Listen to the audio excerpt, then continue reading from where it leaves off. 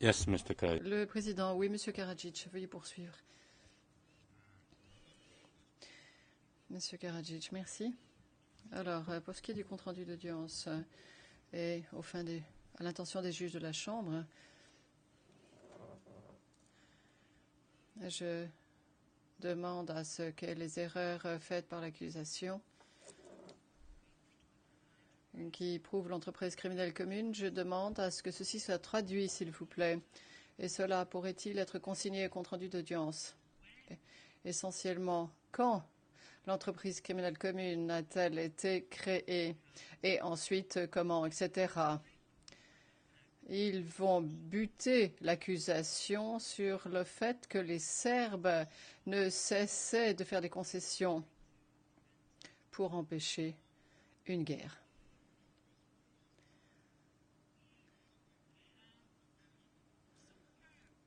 Nous avons des éléments de preuve fantastiques ici. Le feu Vance, pas Harland, qui prenait des notes. En 1992, il a informé Genscher que le docteur Karadzic souhaite éviter la guerre à tout prix.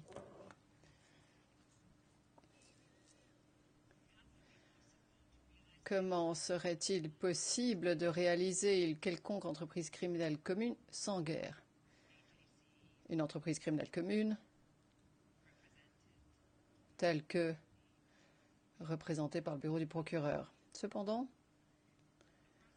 l'accusation dit, et ne cesse de dire, que les Serbes n'étaient pas censés avoir de quelconque revendication territoriale s'agissant de la Bosnie, qu'ils exagéraient, etc.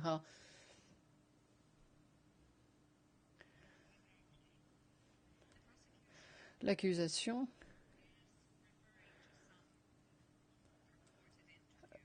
fait référence à des soi-disant interviews données par Rashkovic, un de mes amis et un de mes collègues. Ils disent qu'il a donné un entretien à UTEL, cette station de télévision qui n'était franchement pas objective ni juste envers les Serbes. Ils disent qu'il était différent de moi, qu'il pensait que la Bosnie n'allait pas être du côté serbe, que les Serbes n'allaient pas supporter un génocide en Bosnie. Cela se trouve au paragraphe 118 et c'est à la pièce P 6617, page 2. Le feu Rashkovic aurait prétendument dit que le génocide, qu'il n'y aura pas de génocide à propos de la Serbie qui était serbophile mais pas serbophobe. Mais ce ne sera pas un serbicide non plus. Alors pourquoi les Serbes accepteraient-ils que leur pays, la Bosnie-Herzégovine, soit serbophobe? Et qui peut garantir qu'une Bosnie serbophobe ne prenne pas le parti de la Serbie à un moment donné? Alors, regardons maintenant ceci. Alors, que dit Vox? Vox a dit en 1990 il avait prévu ce qui est arrivé aux Serbes dans une Bosnie islamique et quelques années après, lorsqu'on les a critiqués, ils ont à nouveau publié ce texte et ils ont simplement répondu en disant qu'ils plaisantaient il y a un an. De telles plaisanteries sont des plaisanteries que l'on ne fait jamais en Bosnie. À la manière dont les gens ne parlent pas de corde non plus lorsque une personne a été pendue. Cela, nous l'avions compris et nous avions raison. Alors, penchez-vous là-dessus. Regardez ce que dit Ganic au président Tudjman, le D 1143. Et Ganic dit, vous savez que le monde entier va nous permettre de marginaliser les Serbes en Bosnie-Herzégovine. Et dans cette même pièce à conviction, une autre partie, il dit « Nous allons marginaliser l'entité serbe en Bosnie-Herzégovine ». Ça, c'est l'expression de cette serbophobie, je suppose. Donc, ce n'est pas Vox, c'est le numéro 2 au niveau des autorités musulmanes en Bosnie-Herzégovine qui dit cela. Il dit qu'il va marginaliser les Serbes et qu'il va marginaliser l'entité serbe. Alors que lui et son peuple sont en train de prévoir l'importation de 4 millions de Turcs, les soi-disant ancêtres des musulmans de Bosnie, et font venir régulièrement les musulmans de Sandjak.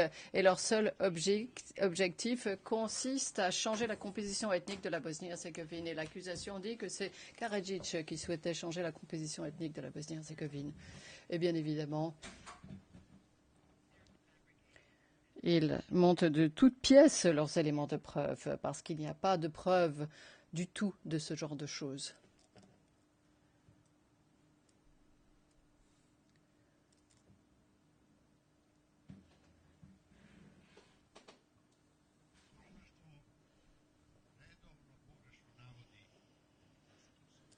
L'accusation cite ces passages de façon erronée, et ce, sans cesse. Paroles que j'aurais prononcées quelque part à un moment donné. Il s'agit essentiellement d'allocutions politiques, de discours politiques. Donc, il s'agit là d'une confrontation entre différents points de vue, et également devant le Parlement. Il y avait d'aucuns qui avaient des points de vue qui n'étaient pas démocratiques. Et les experts Donia et Trainer eux-mêmes admettent que j'étais confrontée à des difficultés importantes devant le Parlement. Cependant, chaque décision prise par le Parlement a été adoptée à l'unanimité. Adoptée parce que les choses avaient changé au cours des débats. La Chambre de première instance dispose de notre point de vue. Ceci a été versé au dossier. Les démocrates trouvent des solutions alors que les communistes prennent des décisions.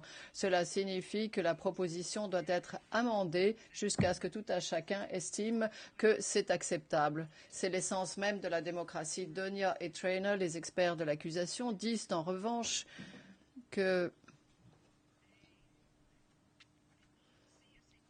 qu'ils n'ont vu aucune proposition émanant des Bosno-Serbes qui n'aurait pas été adoptée par le Parlement.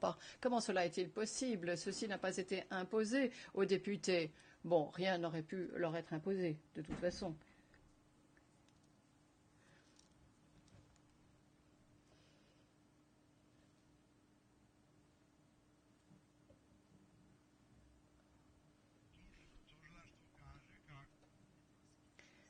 L'accusation dit que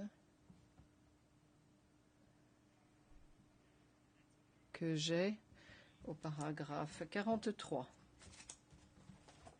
de leur mémoire en clôture, l'accusation dit qu'il s'agit d'un fait connu et qu'il s'est adressé à ses partisans que les musulmans ne pouvaient pas vivre avec les autres et que la population et que le transfert de la population était la solution. Le conflit en Bosnie-Herzégovine, je cite, le conflit en Bosnie-Herzégovine est en somme un conflit entre des peuples, comme cela a été le cas entre l'Inde et le Pakistan. Et ceci n'est pas nouveau. Ceci est la conséquence a été une réinstallation fort importante de ces peuples. Voilà le paragraphe en question. Voilà à quoi ça ressemble. Le P 938. Voilà ce qui dit ce texte.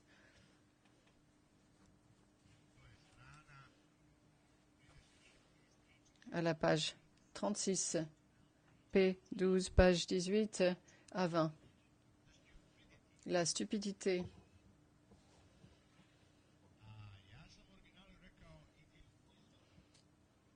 Imaginez la bêtise.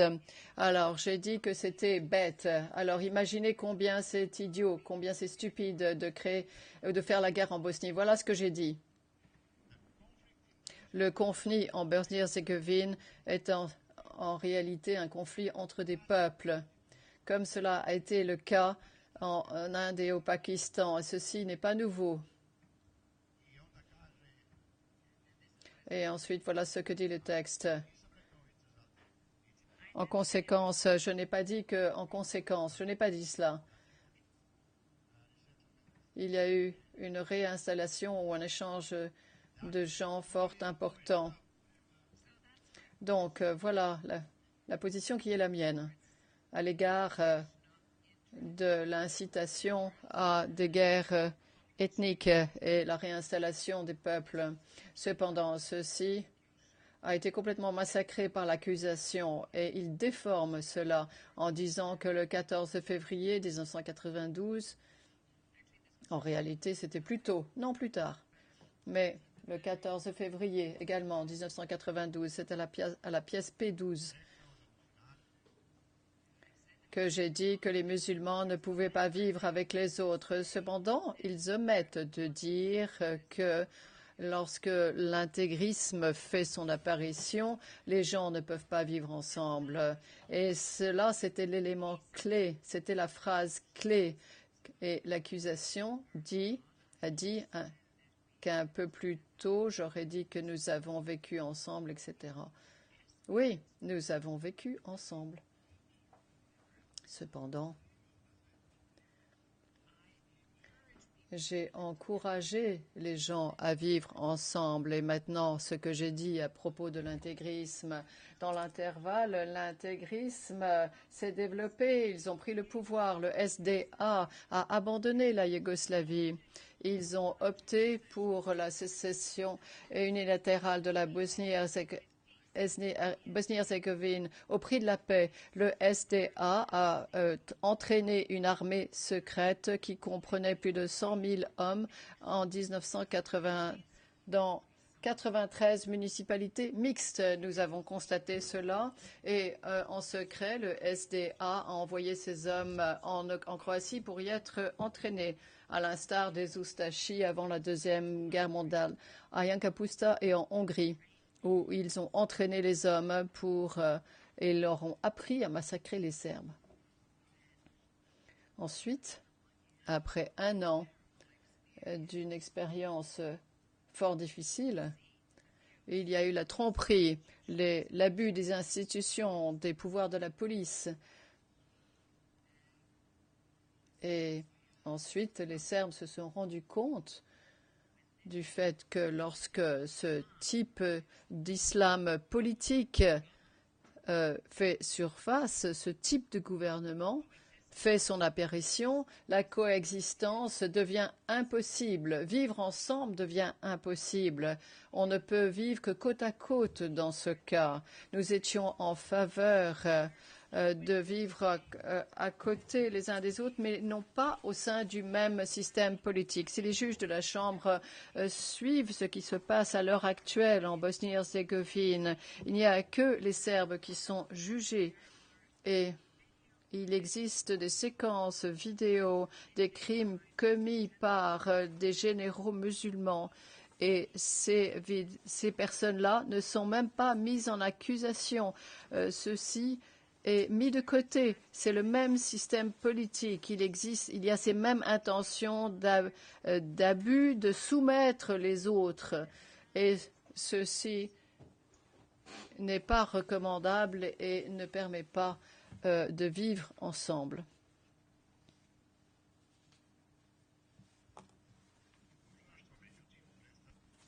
Cependant, l'accusation décrit les Serbes comme des vagabonds qui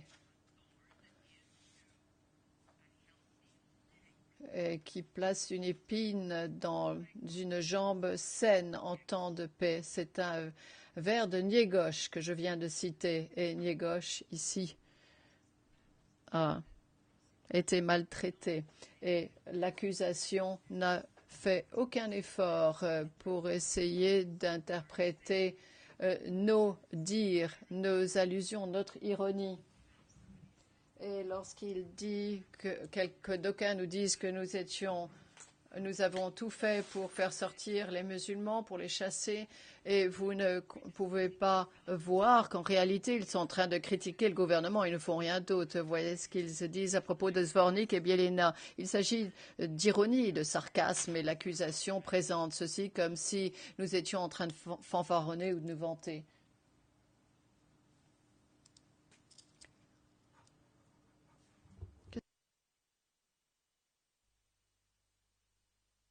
Cos'è?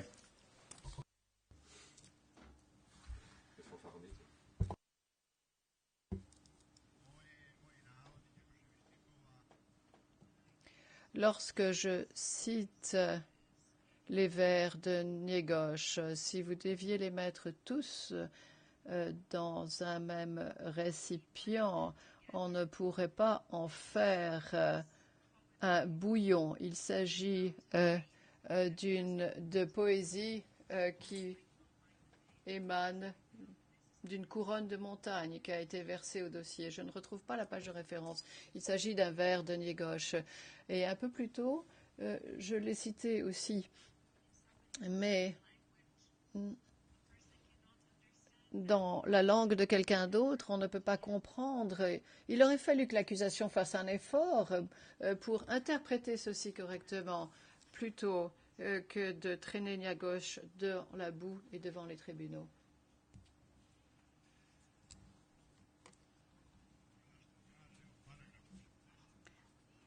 Au paragraphe 44, l'accusation dit, s'agissant de pourparlers au sein de la présidence de Yougoslavie en janvier 1993 et après la déposition du ministre Jovanović ici, devant cette chambre, l'accusation s'en tient toujours à leur interprétation complètement erronée de ce qui a été dit à ce moment-là, de déplacer les non-serbes de zones revendiquées par les Serbes et de conserver une structure ethnique revue et corrigée après le déplacement forcé important.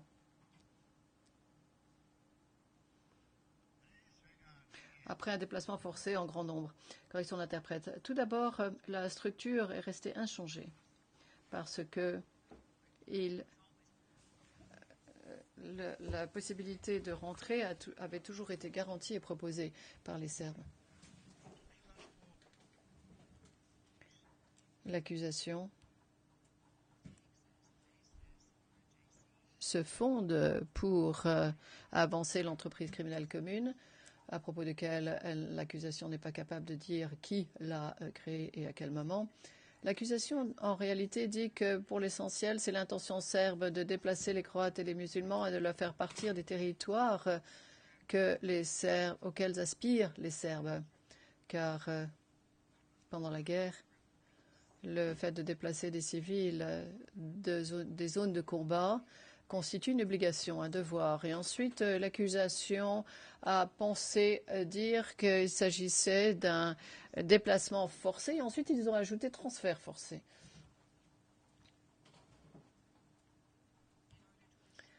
Pour s'assurer qu'il s'agit effectivement, dans ce cas-là, d'un crime. Le déplacement des musulmans et des Croates de territoires que revendiquaient les Serbes ne constitue pas un crime. Ceci n'a jamais été planifié par les Serbes. Ou plutôt, c'était la lutte de Karadzic, Krajnik et de tous les autres de ne pas s'emparer de trop de territoires. Nous ne devions pas prendre 5 villages musulmans simplement parce que pour un village serbe et qu'il ne fallait pas faire en sorte que les gens soient insatisfaits. Paragraphe 46 du mémoire en clôture de l'accusation.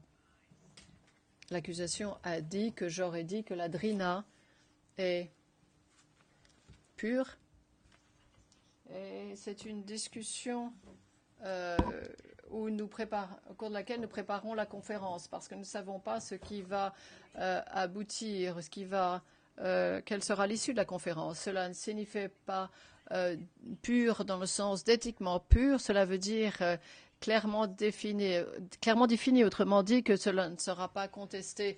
Ce n'est pas que les musulmans ne souhaitaient pas avoir l'adrina, ils souhaitaient l'échanger contre Bogosha et Eliash. Et M. Izetbegovic a proposé cela au peuple de Srebrenica, aux gens de Srebrenica. Cependant, ils ont refusé.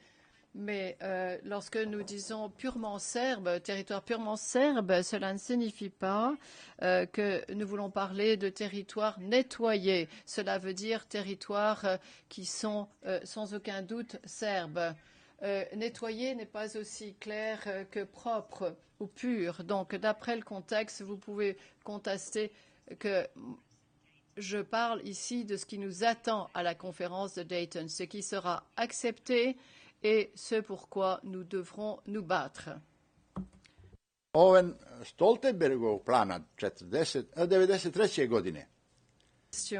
Alors, pour ce qui est du plan Owen Stoltenberg en 1993, je défendais ce plan devant les députés car il disait que certaines villes et municipalités serbes à 99% ou 100% serbes ne font plus partie du territoire serbe dans la vallée de la Neretva, etc. Et donc, je leur ai dit, regardez, soyons honnêtes, nous avons également obtenu des endroits où nous n'étions pas majoritaires. Et l'accusation dépeint ceci comme étant le fait que je fanfaronnais au sujet des succès que nous avions remportés, car nous avons pu nous emparer d'autres territoires. Moi, j'essayais de convaincre l'Assemblée d'accepter le plan Owen Stoltenberg, ce qui est en partie injuste envers nous également, mais cela ne peut pas être juste uniquement envers nous. Et dans les mêmes municipalités, le long de la Drina, avant la guerre et lorsque la guerre a éclaté, nous proposions aux musulmans d'établir leur propre municipalité. Bratunac et Vlasenica avaient signé un accord et avaient dessiné une carte, et en réalité des cartes. Et ensuite, quelqu'un de Sarajevo a demandé à ce que ceci soit rejeté. Donc,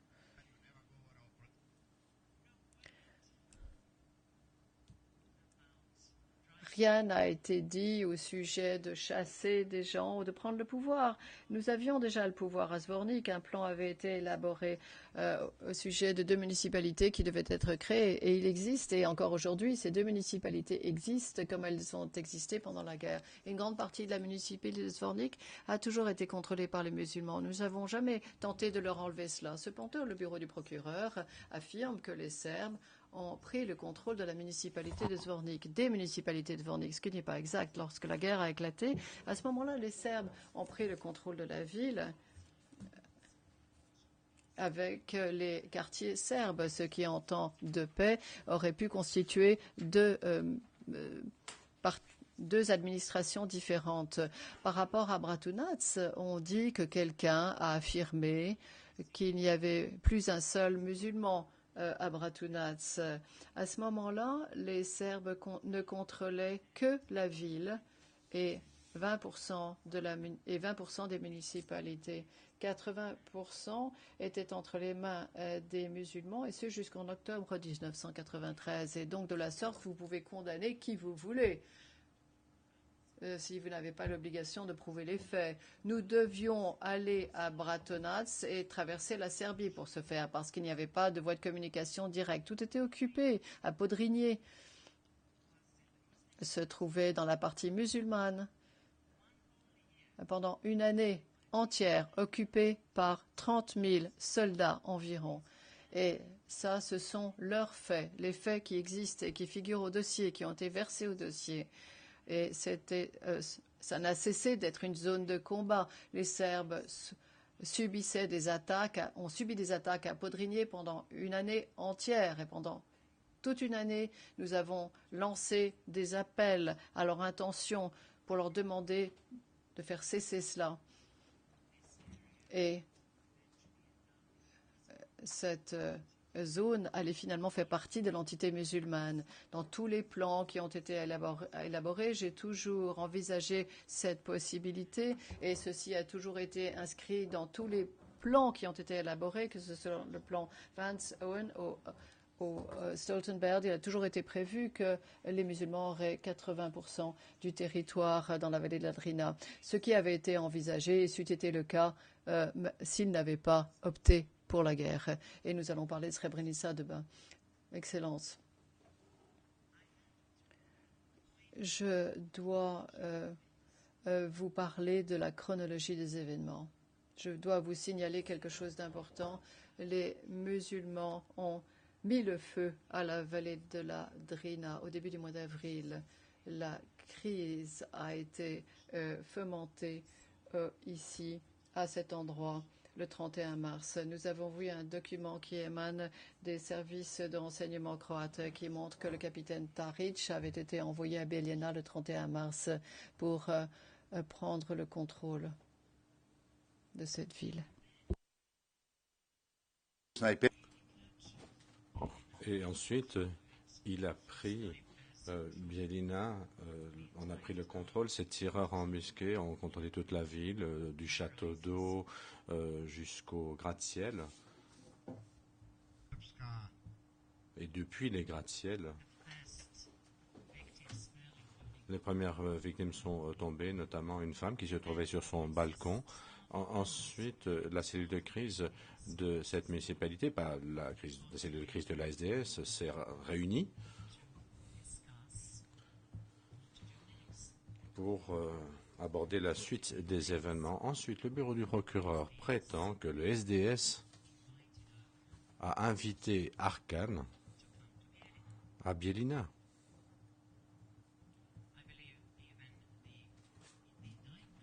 Et dans l'acte d'accusation et dans le mémoire préalable, ils disent que la crise a commencé lorsque Arkan a traversé la frontière. Arkan a traversé la frontière 15 heures après le début des combats. Et ce jour-là, Arkan lui-même a dit aux journalistes, je cite, « Nous sommes venus, après avoir été invités par la défense territoriale de Semberia, et la population. » Une année plus tard, dans un autre entretien, il a dit qu'il avait été invité par le SDS parce que le SDS, à l'époque, avait été assimilé au peuple serbe. Il faut que je retrouve la phrase. Mais ce jour-là, Arkan a déclaré ce qu'il a déclaré, qu'il avait été invité par la défense territoriale.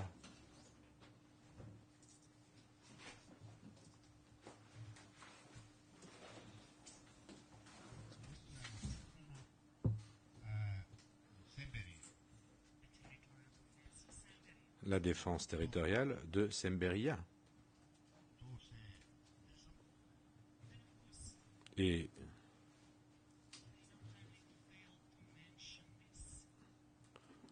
non seulement le bureau du procureur a omis de rapporter cela, mais en plus, il l'a falsifié. Et a choisi les propos qu'Arkan a tenus 2 ans plus tard pour les présenter comme étant la vérité, sans rapporter les propos qu'il avait tenus le jour même. En même temps, et nous parlons toujours du 31 mars,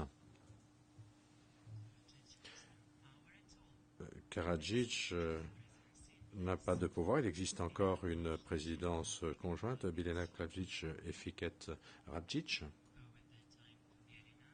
se rendent à l'époque à Bijeljina pour s'occuper de la situation au nom de la présidence de la Bosnie-Herzégovine et pas du SDS.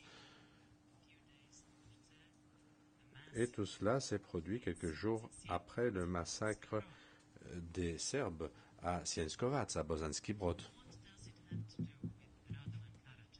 Et quel est le rôle de Radovan Karadzic et du SDS ici? Et l'on oublie le fait que la cellule de crise du parti n'est pas du tout la même chose que la cellule de crise de la municipalité. Et après 5 années de procès, l'accusation continue à dire que la cellule de crise du parti est devenue plus tard, la cellule de crise de la municipalité est devenue un organe de l'État. Oui, effectivement, les mêmes personnes en faisaient partie, mais ce n'est pas la même entité. Et à Bijeljina,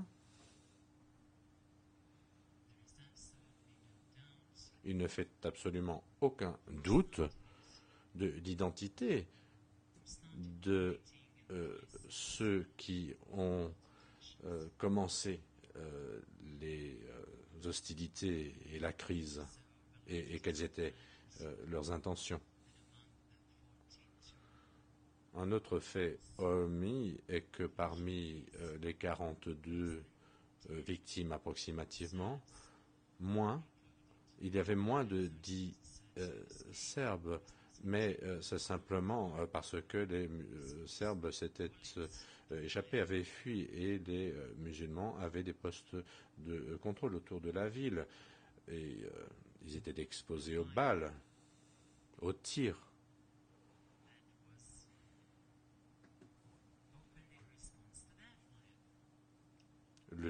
Les tirs de riposte.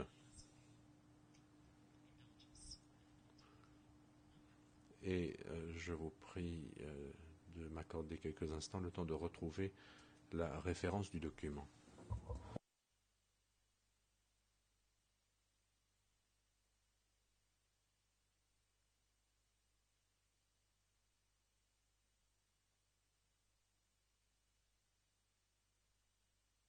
Pri tome se i dalje drži da je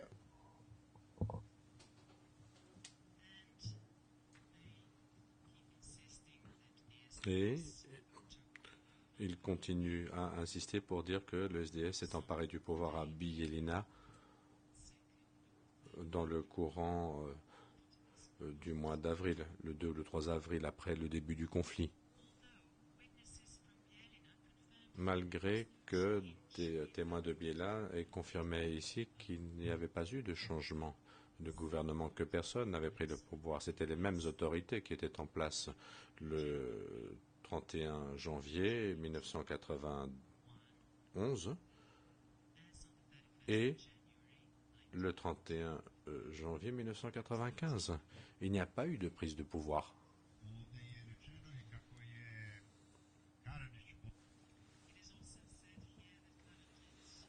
Il est également prétendu ici que Karadzic a décoré Arkan. Arkan n'a jamais été décoré par Karadzic. Il a été décoré sur une proposition visant à décorer toute une unité consistant en 2 détachements. Et c'était une unité qui ne se trouvait pas en Bosnie-Herzégovine en 1995, ni en 1992.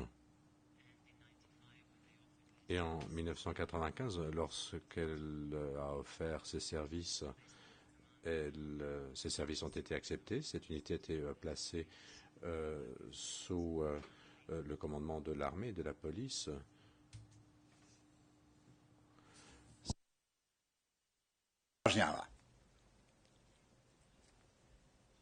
nema predsjednika. Donc il y avait un rapport entre cette unité d'Arkan et l'armée. L'accusation prétend que Karadzic tenait le pouvoir judiciaire, les juges d'instruction, la police, etc., qu'il pouvait ordonner des arrestations et sanctionner des gens. Le président n'avait pas de tel pouvoir. Kovacs s'est vu poser une question. Si vous aviez les autorités et les agences, pourquoi est-ce que vous n'avez pas dit au président pour qu'il agisse? Il a dit non, ce n'est pas le travail du président, il n'avait pas ses pouvoirs. Il organise le travail au sein des organes de l'État, mais il ne peut pas s'ingérer dans le travail des municipalités si celles-ci font leur travail. Si elles ne le font pas, bien entendu, il peut chercher à les réorganiser. Mais le procureur n'a même pas pris la peine d'examiner la Constitution et les règles régissant le comportement et la conduite du président de la République. Mais elle accepte une remarque d'un Premier ministre qui disait que les ministres de l'armée, de la police et de la justice se sont adressés au président lorsqu'il y a une guerre. Bien entendu, il est dans l'obligation de ces ministres de s'adresser au président pour voir comment ces organes seront resubordonnés à l'armée, parce que cela requiert le blanc-seing du président. L'accusation prétend qu'il existe des preuves démontrant qu'Arkane avait commis des crimes, mais l'accusation n'a pas produit ces preuves. Il voulait que le président procède à des arrestations et juge des gens sur la base de leur réputation. Nous avons eu un témoin ici de Grabavica qui avait vu Voïvoda Aleksić, qui accompagnait Šešelj, et elle a dit « Voici Voïvoda Aleksić ». Et j'ai demandé à ce témoin, qui était une femme, est-ce que vous connaissiez... Est-ce que vous avez connaissance de crimes commis par Aleksić? Elle a dit non, Aleksić a une réputation parce qu'il s'appelle Voïvoda, qu'il a une longue barbe, mais c'est un homme honnête et modeste. Ce Vlasquet de Iliash qui n'aimait pas a fort connu estimé qu'ils étaient partiaux, mais il n'y avait pas de crime. Mais le président aurait dû juger des gens sur la base de leur réputation en ce qui concerne Šešelj,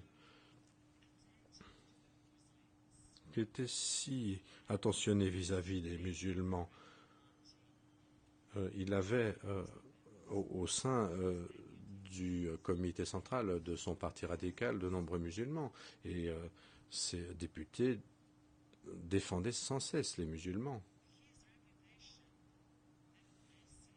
Mais sa réputation est qu'il est contre les musulmans. Et certains exagèrent toujours une réputation.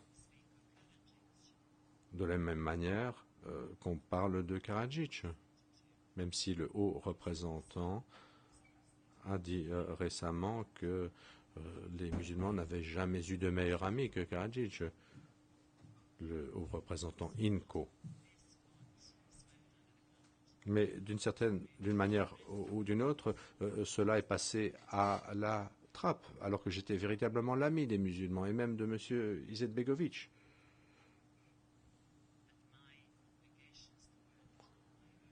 Mais je ne pouvais pas me soustraire au nom de l'amitié à mes obligations vis-à-vis de mon propre peuple. En 1995, l'unité d'Arkane, ou Arkane, n'a ou non pas commis de crime à l'encontre de quiconque, si ce n'est les déserteurs serbes. Et le lendemain, leur pouvoir d'arrêter les déserteurs serbes a été supprimé.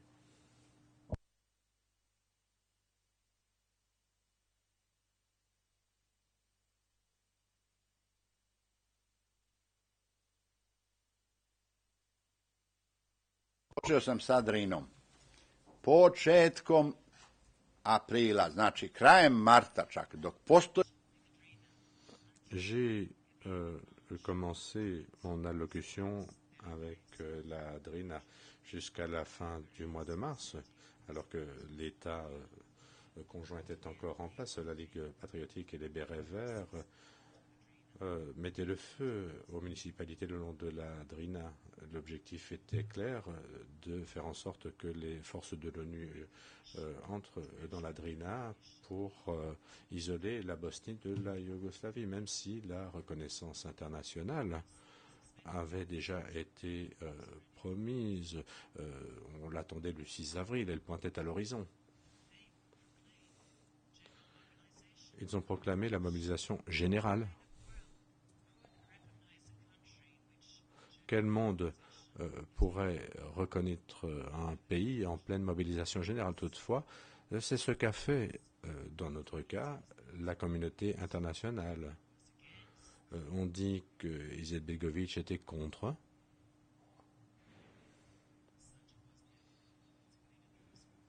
Contre une telle Bosnie-Herzégovine qui s'acheminait vers l'indépendance. Et les grands experts de ce monde ont dit que cette reconnaissance était une erreur. Lord Carrington, Badinter, Owen, Vance. La Bosnie n'aurait pas dû être reconnue avant qu'un accord n'intervienne entre ces trois peuples. Donc, ils avaient déjà la promesse d'une reconnaissance et malgré cela, ils ont mis le feu à Foča, Zvornik, Bijeljina. Et bien entendu, ils ont échoué. Ils ont mis le feu à Bratunac plus tard, vers la fin du mois d'avril et début mai, Zekic a été tué. Et c'est produit ce qui s'est produit au Podrinje. Le Podrinje a été divisé. Plusieurs municipalités sont tombées entre les mains des musulmans, comme 80% des autres municipalités, et des forces armées étaient attaquées tous les jours. En mai, après le retrait de l'armée populaire de la Yougoslavie, les municipalités ont été incendiées dans la vallée de la Sana. Et maintenant, nous devons faire face à des accusations en raison de nos actes et intentions dans les municipalités de la Krajina de Bosnie. Kluc, Sanski Moc, Prijedor, sur la Sana. Et l'accusation n'offre aucune explication quant au fait que la guerre dans ces municipalités n'a éclaté que 8 ou 7 semaines, plus exactement, après le début du conflit en Bosnie-Herzégovine. L'accusation n'a même pas cherché à expliquer cela. Pourquoi est-ce que les Serbes ne se sont pas à ce moment-là mis à exécuter immédiatement leur plan d'expulsion des musulmans de la Republika Srpska? À l'époque, les Serbes offraient à Prijedor et à Sanski Most aux musulmans la possibilité de créer leur propre municipalité, leur propre poste de police, alors que, selon l'accusation, la police musulmane avait été mise à pied, licenciée. Ceux qui refusaient de signer une déclaration, bien entendu, ont opté pour leur propre municipalité, leur propre poste de police, mais ils auraient pu rester parmi les Serbes. Donc jusqu'au 22 mai, jusqu'aux incidents à Hambarin et à Prijedor, il n'y avait pas de guerre. Le 29 avril, un ordre a été adressé à la police du MOB de Bosnie-Herzégovine, basé sur les décisions de la présidence de la Bosnie-Herzégovine, selon lequel il fallait attaquer l'armée et prendre le contrôle de la municipalité de Prijedor. C'est à ce moment-là que les Serbes ont consolidé leur propre municipalité et pris le contrôle de cette partie, tout en offrant aux musulmans la possibilité de créer leur propre municipalité. Et ils ont essayé et se sont rendus à Ljubljana pour former leur propre municipalité et police. Alors est intervenu un ordre disant que cela ne devait pas être fait, mais qu'au contraire, il fallait prendre les armes. Et les combats n'ont commencé que le 22 mai parce que la JNA s'était retirée le 19 mai. Et l'incident de Hambarina, ou l'événement d'Hambarina, a été causé par les musulmans et pas les Serbes. Kozarets était tout près. La population musulmane de Kozarets est passée par les lignes serbes et musulmanes et s'est abritée à Prijedor, qui était contrôlé par les Serbes. Et les Serbes ont invité les civils à s'abriter et d'aller trouver refuge auprès de leurs amis et proches à Prijedor. Pourquoi est-ce que la guerre a éclaté dans la vallée de la Saned? D3904 l'explique très clairement.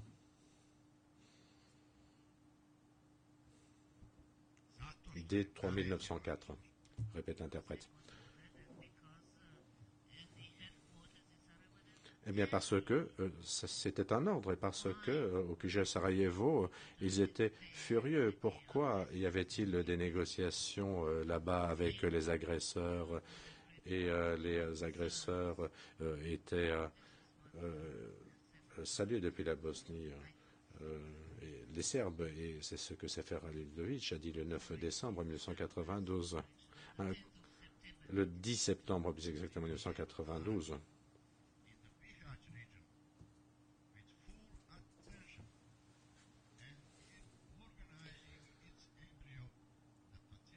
L'accusé poursuit. L'armée de la BIH dans la région de Biats doit être attentive et doit organiser son embryon de Ligue patriotique. J'étais dans la région personnellement à 6 reprises. Et donc la situation dans la région, depuis avant la guerre jusqu'à aujourd'hui, m'est totalement connue. J'étais même en mesure d'attirer l'attention des organes du gouvernement dans cette région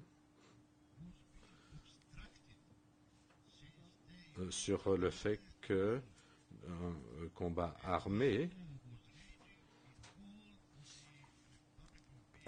était bloqué par ce qu'ils attendaient très longtemps, et tant que la guerre faisait rage dans toute la République de la BH, dans cette région, ils négociaient encore avec l'agresseur.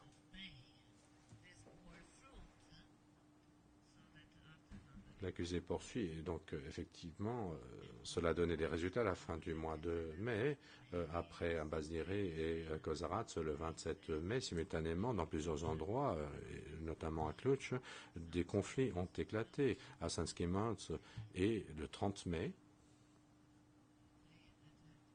ils ont attaqué Prijedor depuis 5 directions et sont arrivés au centre de la ville, faisant des morts et causant des dégâts. Ensuite, que s'est-il passé? Radio Prijedor a annoncé que les civils devaient se retirer, et après qu'ils eurent perdu, l'armée a fait à peu près 2000 prisonniers, comme cela est écrit. Le premier corps de la Krajina a fait des prisonniers, 2000 bérets verts, et les a remis aux organes chargés des enquêtes, parce qu'il fallait bien mettre ces hommes quelque part. Bien entendu, le gouvernement, les autorités de Palais ne savaient rien de tout cela. Ils n'avaient aucun contact. C'était confirmé par Sergic, par Sergio Sergic. Personne, d'ailleurs, n'avait informé Karadzic ou Karajichnik. Et qu'ont-ils fait? Ils ont demandé à ce qu'un centre de détention soit mis à disposition, car celui de l'usine de Marska était trop petit. Et parfois, ce centre a accueilli des réfugiés, parfois l'armée, les troupes de la République serbska. Donc ils ont obtenu ce qu'ils voulaient. L'accusation dit que des civils étaient détenus là-bas. Eh bien,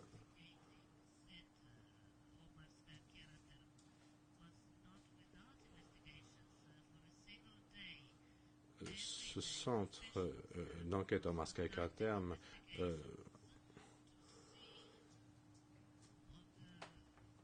n'a pas été sans vérification quotidienne. Chaque jour, des professionnels menaient des enquêtes pour voir quels étaient les prisonniers là, qui étaient prisonniers de guerre et qui étaient des criminels de droit commun et qui devaient être libérés. 60% des gens ont été libérés de Marska. Beaucoup de gens ont été arrêtés.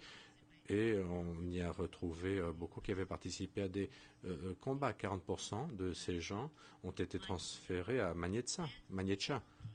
Êtes-vous Liami?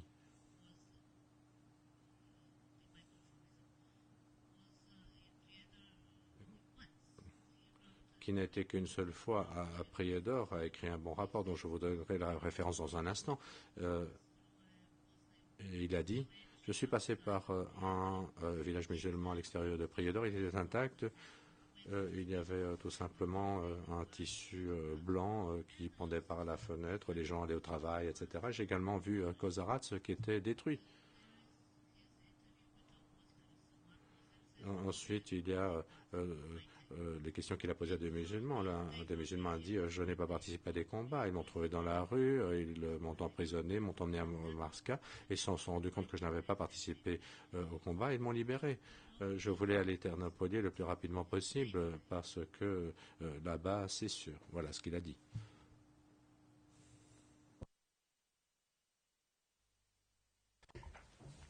A drugi musliman kaže, ja sam se borio. Le deuxième musulman a dit je me suis battu. Et lorsque j'ai vu que nous perdions, je me suis enfui chez moi, j'ai enlevé mon uniforme.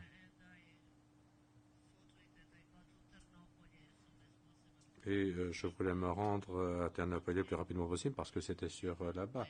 Et donc deux musulmans se sont rendus pour deux raisons internapolières, bien entendu, et de leur propre volonté. Pas évidemment avec le sourire, mais le bureau du procureur a déformé les choses.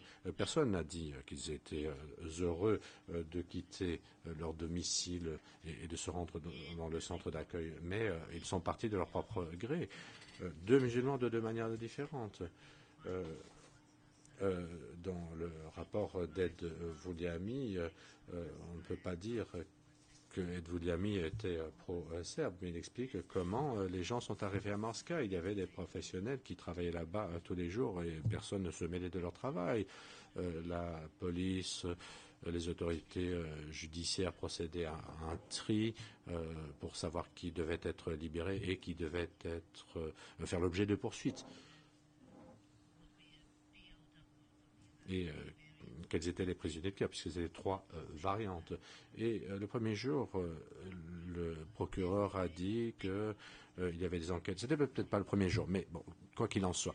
Donc que certains faisaient l'objet d'enquêtes. Ensuite, il dit que s'il était établi qu'ils n'étaient pas des criminels, qu'ils seraient libérés. Non, ils n'étaient pas libérés. Il y a deux types de prisonniers de guerre. Les captifs qui sont échangés parce qu'ils ne sont pas coupables de délits criminels et ceux qui sont détenus mais ont commis des crimes. Ceux-là font l'objet de poursuites. Pourquoi les libérer? Parce qu'ils reprendraient les armes. Il est légitime d'emprisonner les ennemis jusqu'à la fin des hostilités et jusqu'à ce qu'il soit procédé à un échange et jusqu'à ce que les bombardements de l'OTAN cessent.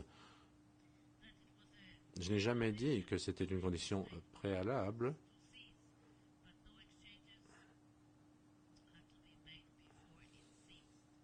pour la fin du conflit, mais aucun échange ne peut avoir lieu avant la fin des hostilités. Donc c'est à nouveau des propos qui ont été déformés. Prijedor ne se trouve pas sur la ligne de confrontation.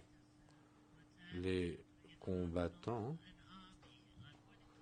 n'étaient pas une armée. Selon le droit de la guerre, ils n'ont aucun droit parce qu'ils ne constituent pas une unité identifiée comme telle. Ce sont des musulmans en vêtements civils qui agissent à l'intérieur même de notre territoire.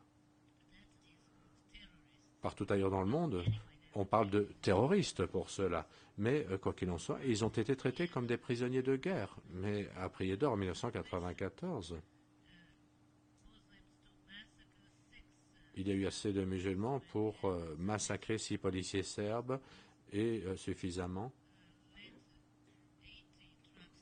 pour me demander de laisser 80 camions qui étaient priés d'or chaque jour. J'ai refusé, j'en ai laissé partir 5 par jour. Cela figure également au compte rendu d'audience. Donc jusqu'à la fin de la guerre, des groupes terroristes dans des tranchées, dans les bois, dans des cachettes et dans des maisons abandonnées se trouvaient et agissaient dans la région et ont tué Bojo Higgins, ont incendié sa maison, nous en avons la preuve. Ensuite, ils ont dit nous avons tué Bojo, nous avons incendié sa maison et nous voulions également tuer Grozada, mais elle a fui par la fenêtre, nous avons également incendié sa maison. De quelle armée parle-t-on ici? Il s'agit de groupes terroristes qui se trouvent au tréfonds de notre territoire et qui tuent les personnes qui le veulent tuer. Nous avons des preuves au sujet de ces cachettes et au sujet des victimes serbes. Donc, à prier d'or,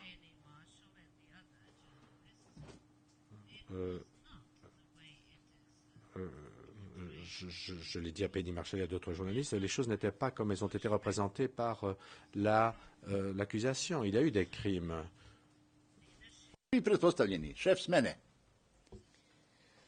Mais il y a eu des gens qui ont abusé de leur position dans des équipes de gardiens qui n'étaient pas là au moment où des abus se sont produits et qui s'arrêtaient quand leur supérieur hiérarchique arrivait. Lui était chargé d'empêcher que de tels actes soient commis.